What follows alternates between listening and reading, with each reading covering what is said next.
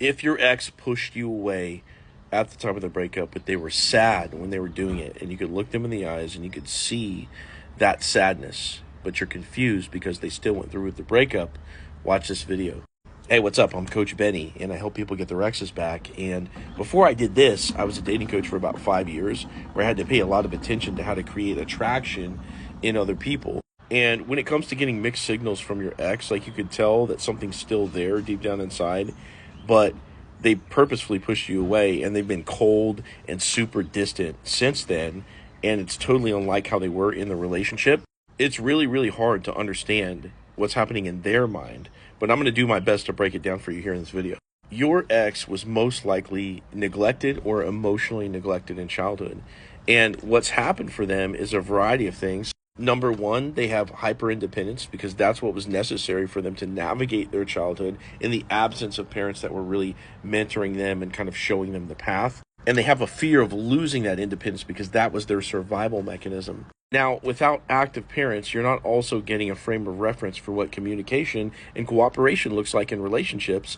And so you have somebody that doesn't know how to get what they need, kind of vocalize their needs and their boundaries with other people.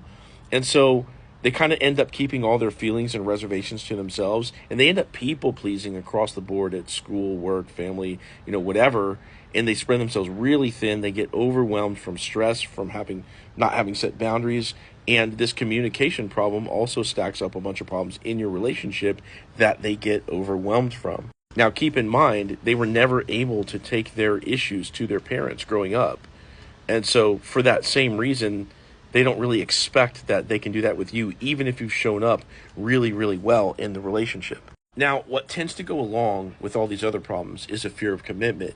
And that's because deep down, the type of ex that feels sad that they're breaking up with you, but they do it anyway, this is the kind of person that feels like they're broken inside. And this causes them to have a fear of commitment. They're afraid that if they commit to you, that, number one, they're going to lose their independence, which we talked about earlier. But number two, that they're going to be a bad partner. They're not going to be able to give you what you need emotionally because they weren't invested in emotionally. And they're also afraid that they're going to be a shitty dad, a shitty husband, or a shitty wife, or a shitty mother, that kind of a thing. And they have some real fears around commitment. Now, at the end of the day, everything we've discussed here is the dismissive avoidant attachment style. That is somebody that has this core wound of feeling broken.